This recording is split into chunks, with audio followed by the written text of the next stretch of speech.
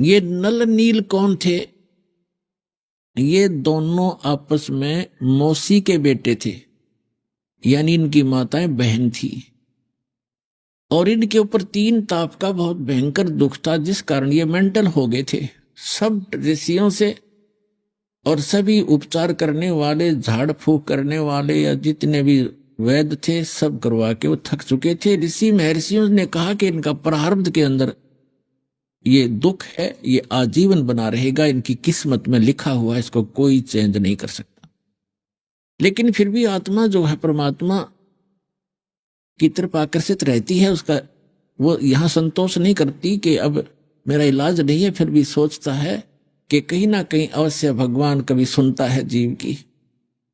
तो वो परमात्मा जब मुनिंदर नाम से आए हुए थे, नहरों के दरिया के साथ अपने आश्रम बनाते थे और वहां श्रद्धालु जाते थे, उनसे आशीर्वाद पाते थे, ज्ञान सुनते थे। तो सत्संग कर रहे थे, क्या करते थे परमात्मा? मुनिंदर नाम में आए थे। नल और नील को पता चला कि कोई ऐसे संत हैं जहां जाने से सब दुख दूर होते हैं। और भी बहुत से बूढ़े बुजुर्ग, रोगी या जिज्ञासु जाने लगे। फिर वो नल नील भी चले गए।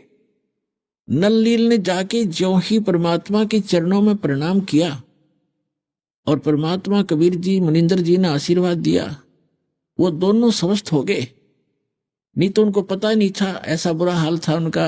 कभी आंखें ऐसी थी, लाल पड़ते, मुख से लार गिरती थी, ऐसी स्थिति थी उनकी। मेंटल से हो गए थे, आंखें भी टेढ़ी टेढ़ी थी।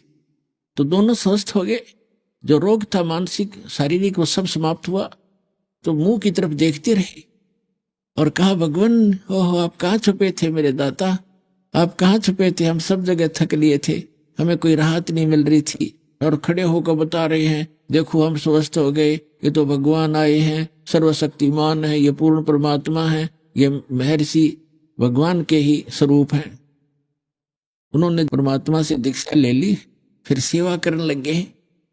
बूढ़े बुजुर्गों की सेवा करें, रोगियों की सेवा करने लगे। उनके बर्तन धोने, कपड़े धोने के लिए ले जाते हाथ जोड़ जोड़ के, क्योंकि सत्संग में बताया जाता है कि यह सेवा भी एक आपको बहुत पुण्य देती है। पुण्यात्मा, हमारे पाप जो है ना कई प्रकार के होते हैं। जैसे कपड़ा मैला हो जाता है और इसमें कई प्रकार के मैल लग जाते हैं, तो कुछ मैल ऐसे होते हैं जो केवल पानी में डालने से सब ठीक हो जाते हैं, जैसे रेत लगा है, गारा लगी है।